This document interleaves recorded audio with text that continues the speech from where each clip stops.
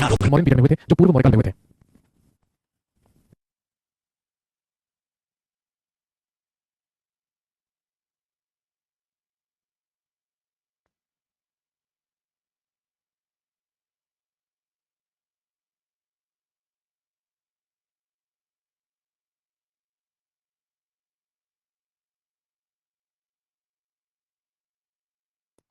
चलिए तो बात करते हैं फॉरेन इन्वेजन इन प्री मॉडर्न पीरियड, जिसमें सबसे पहले लिखिए पर्शियन इन्वेजन या ईरानी आक्रमण।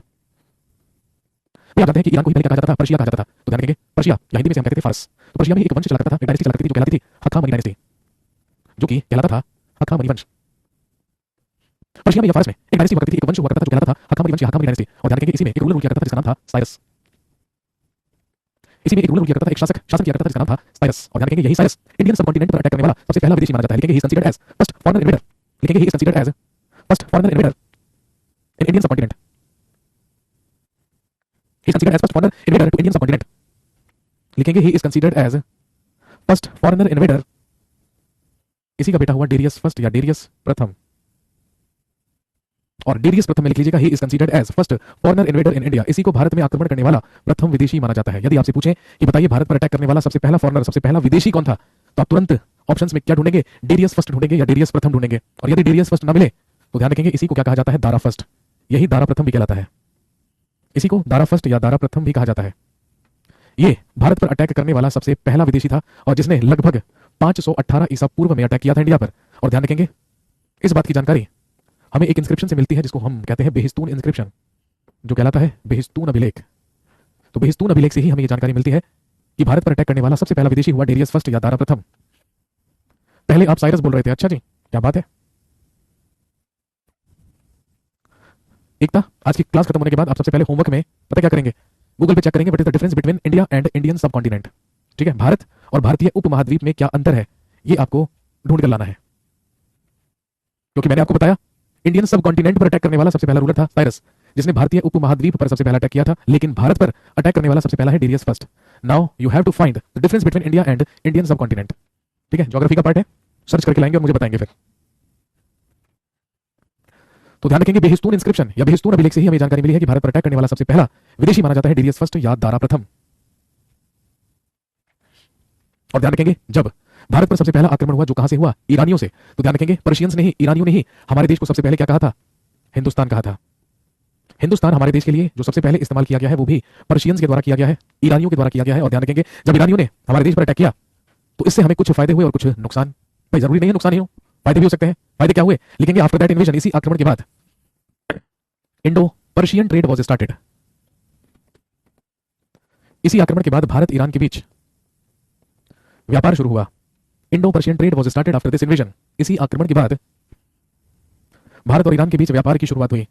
दूसरी इंपॉर्टेंट चीज जो हमें ईरान से ही मिली, लिखेंगे Kharoshthi script was started in India. Bharat में खरोष्ठी लिपि की शुरुआत हुई। तो जो खरोठी स्क्रिप्ट है, जो खरोष्ठी लिपि है, तो आप अच्छी तरीके से जानते हैं कि जो खरोठी स्क्रिप्ट या खरोष्ठी लिपि है ये भी भारत में कहां से आई है, ईरान से आई है। क्योंकि ये लिखी जाती थी कैसे, राइट टू लेफ्ट। और क्योंकि राइट टू लेफ्ट लिखी जाती थी, और राइट टू लेफ्ट तो फारसी भाषा, अरबी भाषा, तुर्क भाषा, उर्दू भाषा ये लिखी जाती है। इसलिए हमारे आर्कियोलॉजिस्ट ऐसा मानते हैं कि ये खरोष्ठी स्क्रिप्ट, ये जो खरोष्ठी लिपि है, ये भारत में कहां से आई, ईरान से आई। और ध्यान रखेंगे भारत में अशोक के ही अभिलेखों को सबसे पुराना अभिलेख माना गया है, और जो हमें मुख्य रूप से मिले ही ब्राह्मी लिपि और खरोष्ठी लिपि में लिखे हुए हैं। और इसलिए भी हम ऐसा मानते हैं कि खरोष्ठी लिपि भारत में ईरान से आई है, क्योंकि विश्व का सबसे पुराना अभिलेख जो बोगज कोई अभिलेख है, बोगज कोई इंस्क्रिप्शन, तो ध्यान रखेंगे वो भी हमें कहां से मिला, ईरान से मिला, जो लगभग 1400 बीसी का है, 1400 ईसा पूर्व का।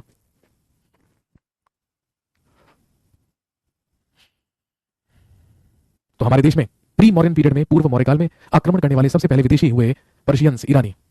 लेकिन इससे नुकसान क्या हुआ भाई, बार बार पर्शियंस के भारत में आने जाने से अब ग्रीक्स को हमारे देश के बारे में पता चल गया, यूनानियों को हमारे बारे में पता चल गया।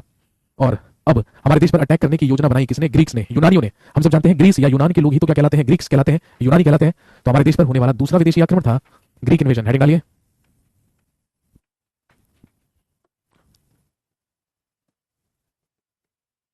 ग्रीक इन्वेजन या यूनानी आक्रमण। ग्रीक इन्वेजन या यूनानी आक्रमण। और ध्यान रखेंगे यूनान में या ग्रीस में ही एक जगह हुआ करती थी जो कहलाती थी मैसेडोनिया या मकदूनिया। यूनान में या ग्रीस में ही एक जगह हुआ करती थी जो कहलाती थी मैसेडोनिया या मकदूनिया। और ध्यान रखेंगे मकदूनिया में ही एक रूलर रूल किया करता था जिसका नाम था फिलिप, जिसका नाम था फिलिप। और इसी फिलिप का बेटा हुआ अलेक्जेंडर, या जिसे भारतीय इतिहासकार क्या कहते हैं, सिकंदर।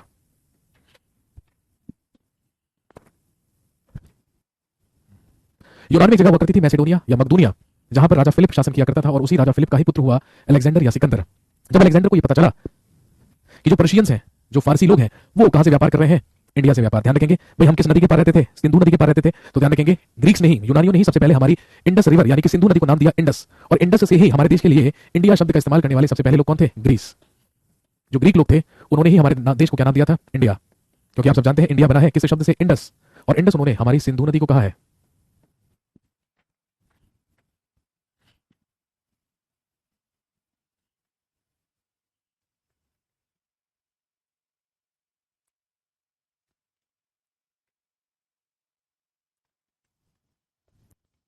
और जब अलेक्जेंडर को पता चला, जब सिकंदर को पता चला कि भारत और इंडिया जाकर ईरानी भी क्या कर रहे हैं, व्यापार कर रहे हैं, तो आप अच्छी तरीके से जानते हैं कि अब अलेक्जेंडर ने, सिकंदर ने योजना बनाई इंडिया पर अटैक करने की। लेकिन यदि ग्रीस से इंडिया तक यानी कि यूनान से हिंदुस्तान तक पहुंचना था तो रास्ते में होकर गुजरना जरूरी था, कहां से, पर्शिया से, ईरान से। इसलिए सबसे पहले अलेक्जेंडर ने अटैक ही किस पर किया, पर्शिया पर। लिखेंगे to enter in India, to enter in India, to enter in India लिखेंगे भारत में प्रवेश करने के लिए। इन थर्ड सेंचुरी बीसी, तीसरी शताब्दी ईसा पूर्व में, इन थर्ड सेंचुरी बीसी, तीसरी शताब्दी ईसा पूर्व में अलेक्जेंडर इन्वेडेड पर्शिया, सिकंदर ने फारस पर आक्रमण किया। अलेक्जेंडर इन्वेडेड पर्शिया, सिकंदर ने ईरान पर आक्रमण किया। और लिखेंगे and he defeated a ruler Darius third, और इसने दारा तृतीय को पराजित किया। And he defeated a ruler named Darius third, Sikandar ने ईरान पर आक्रमण किया। और लिखेंगे and he defeated a ruler Darius third, और इसने दारा तृतीय को पराजित किया। And he defeated a ruler named Darius third, और इसने वहां पर डेरियस तृतीय नामक शासक को पराजित किया। भाई ध्यान रखेंगे जब एक ही डायनेस्टी में, जब एक ही वंश में एक ही नाम के कई सारे शासक हो जाते हैं तो उन्हीं में डिफरेंशिएट करने के लिए हम उन्हें क्या कहते हैं, first, second, third, fourth and so on, कितने भी हो सकते हैं। To enter in India in third century BC Alexander invaded Persia and he defeated a ruler named Darius third. Bharat में प्रवेश करने के लिए, भारत में प्रवेश करने के लिए जेड्रोसिया के रास्ते होते हुए ये प्रवेश कर गया भारत में। और जब ये भारत में आया तो रास्ते में से जितने भी शासक मिले सबने इसके सामने आत्मसमर्पण कर दिया। लेकिन हम सब जानते हैं हमारे सिंध पंजाब में पौरव वंश का एक राजा हुआ है पोरस, उस पोरस ने अलेक्जेंडर के सामने आत्मसमर्पण नहीं किया या सरेंडर नहीं किया। इसलिए अलेक्जेंडर और पोरस के बीच में ही एक प्रसिद्ध युद्ध लड़ा गया 326 बीसी, 326 ईसा पूर्व में, जो कहलाता है बैटल ऑफ, जो कहलाता है बैटल ऑफ हाइडेस्पीस या बैटल ऑफ वितस्ता, हाइडेस्पीस या वितस्ता का युद्ध। यह लड़ा गया था between Alexander and Porus, Sikandar और पोरस के बीच लड़ा गया बैटल ऑफ हाइडेस्पीस या बैटल ऑफ वितस्ता। आप शायद जानते होंगे, नहीं जानते हैं तो सुन लीजिए। जो आज हमारी झेलम नदी है, जो आज रिवर झेलम है, उस झेलम नदी को ही प्राचीन काल में क्या कहते थे, वितस्ता कहते थे। झेलम नदी का ही एंशिएंट नेम या प्राचीन नाम क्या होता है, वितस्ता होता है। और ध्यान रखेंगे झेलम नदी को ही यूनानियों के द्वारा क्या नाम दिया गया था, हाइडेस्पीस। तो ये झेलम नदी का ग्रीक नेम है। और ध्यान रखेंगे इस युद्ध में अलेक्जेंडर डिफीटेड पोरस, इस युद्ध में सिकंदर के द्वारा पोरस को पराजित किया गया। लेकिन ऐसा कहते हैं कि पोरस की बहादुरी से बेहद प्रभावित हुआ अलेक्जेंडर और उसने पोरस की हत्या नहीं की बल्कि उसे जीवन दान दिया। लेकिन जिससे पहले कि अपना अभियान आगे बढ़ा पाता, अलेक्जेंडर की तबीयत बिगड़ी, सिकंदर बीमार हुआ और अपना जीता हुआ सारा का सारा भूभाग अपने सेनापति को देकर वापस लौट गया। इसके सेनापति का नाम था सेलुकस निकेटर। ये अपने सेनापति सेलुकस निकेटर को अपना जीता हुआ सारा का सारा भूभाग देकर वापस लौट गया। कहां पर, बेबीलोन।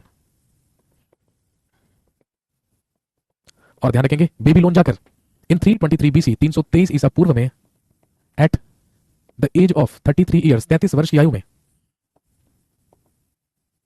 अलेक्जेंडर डाइट, सिकंदर की मृत्यु हुई।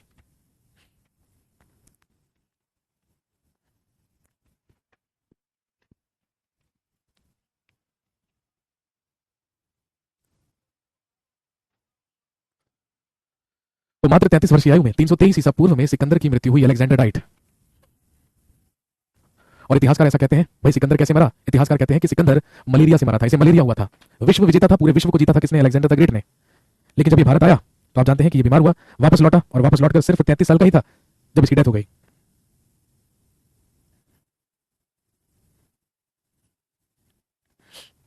तो इसकी डेथ कहां पर हुई थी, ध्यान रखेंगे बेबीलोन में।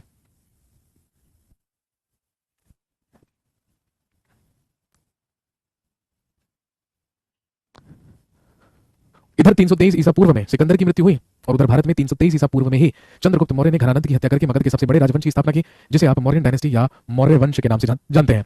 इसके अलावा एक चीज और याद रखेंगे, Alexander founded 2 cities in India. Sikandar ने भारत में 2 नगर बसाए थे। इसने भारत में आकर 2 शहरों की स्थापना की थी। बेबीलोन किस जगह का पार्ट है? भाई अगर आप वर्तमान की बात करें तो बेबीलोन वर्तमान में इराक में है, लेकिन उस समय आप सब जानते होंगे इराक को ही पहले मेसोपोटामिया कहा जाता था। तो पहले वो मेसोपोटामिया का पार्ट था, अब वो इराक का पार्ट है।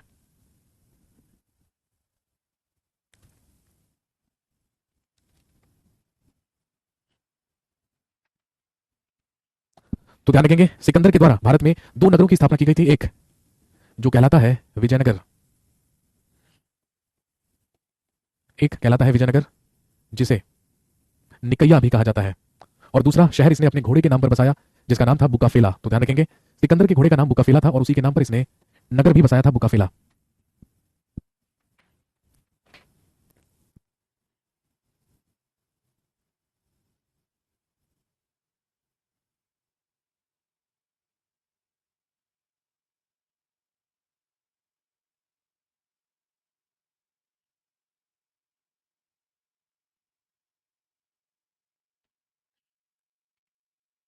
नोट कर लीजिए, एक है विजयनगर या निकैया और दूसरा है बुकाफेला। आर्मी कौन रिवर को क्रॉस करने से इनकार कर देती है? मेरे भाई वितस्ता झेलम, वितस्ता नदी, झेलम नदी।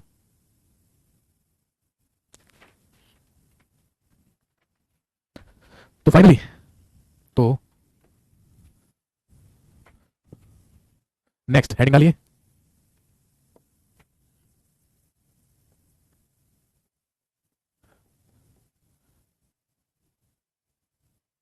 मौर्य डायनेस्टी। नेक्स्ट होती है मौर्य डायनेस्टी या मौर्य वंश।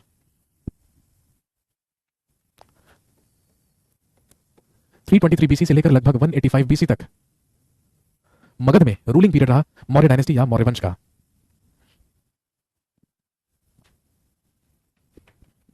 और बात करेंगे सबसे पहले उन सोर्सेज के बारे में, उन स्रोतों के बारे में जहां से हमें मौर्य वंश के बारे में जानकारी मिलती है।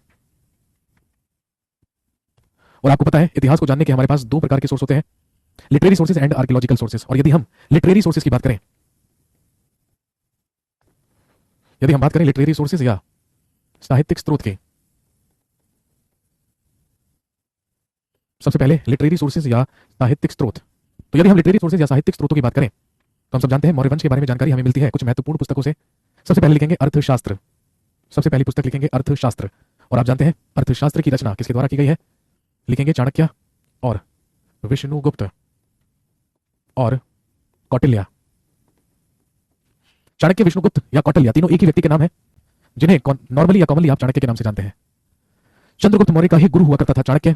चाणक्य की मदद से ही चंद्रगुप्त मौर्य ने हत्या की थी घनानंद की। यह है अर्थशास्त्र, इसका नाम अर्थशास्त्र है, लेकिन ध्यान रखेंगे इट्स सब्जेक्ट इज पॉलिटिकल, लेकिन इसका जो विषय है वो राजनीतिक है। इसका सब्जेक्ट पॉलिटिकल है, इसका विषय राजनीतिक है।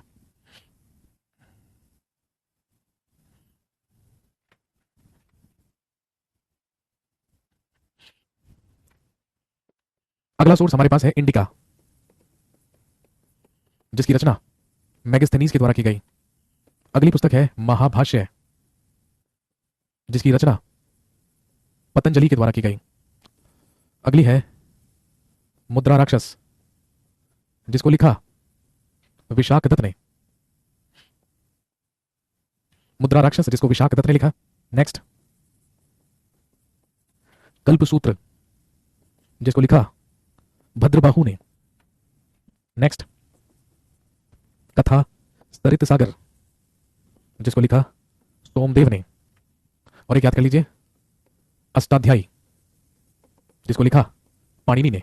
ये वो कुछ महत्वपूर्ण पुस्तकें हैं, कुछ इंपॉर्टेंट बुक्स हैं या लिटरेरी सोर्सेज हैं जो हमें मौर्य वंश के बारे में क्या देती हैं? जानकारी देती है। नोट करेंगे जल्दी से।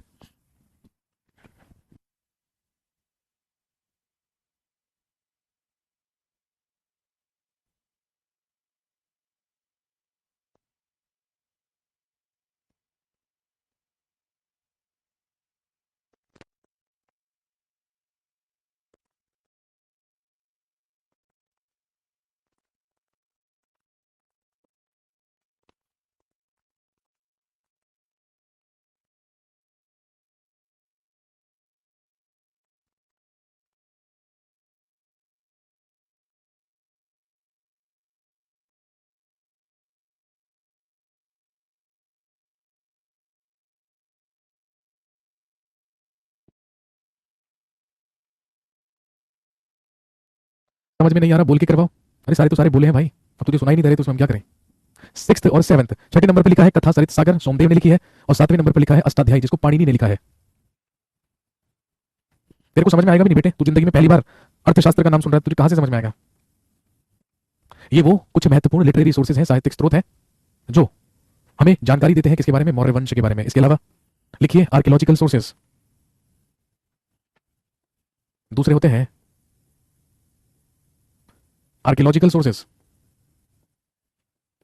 जिसे आप हिंदी में पुरातात्विक स्रोत कह सकते हैं। आर्कियोलॉजिकल सोर्सेज या पुरातात्विक स्रोत लिखेंगे, इसमें हम इंक्लूड करते हैं इंस्क्रिप्शंस ऑफ अशोका या अशोक के अभिलेख, इंस्क्रिप्शंस ऑफ अशोका या अशोक के अभिलेख।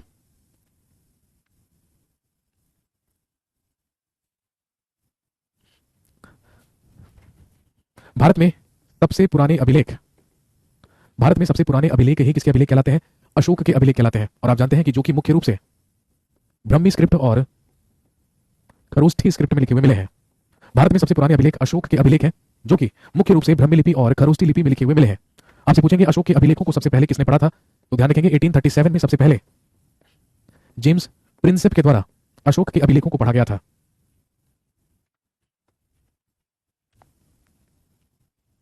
और ध्यान रखेंगे there are 14 stone edicts of Ashoka, Ashok के 14 शिलालेख हैं, और 7 पिलर्स, 7 स्तंभ लेख, जिनके बारे में हम बात करेंगे, जहां से हमें मौर्य वंश के बारे में जानकारी मिलती है।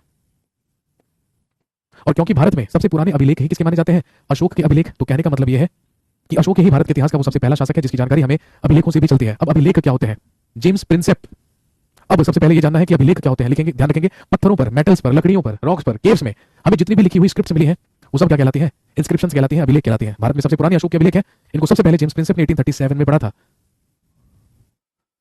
इन सोर्सेज से हमें मौर्य वंश के बारे में जानकारी मिलती है और हमें पता चलता है कि मौर्य वंश की स्थापना घनानंद की हत्या करके अपने गुरु चाणक्य की मदद से किसने की, चंद्रगुप्त मौर्य ने की, और इसका संस्थापक हुआ चंद्रगुप्त मौर्य।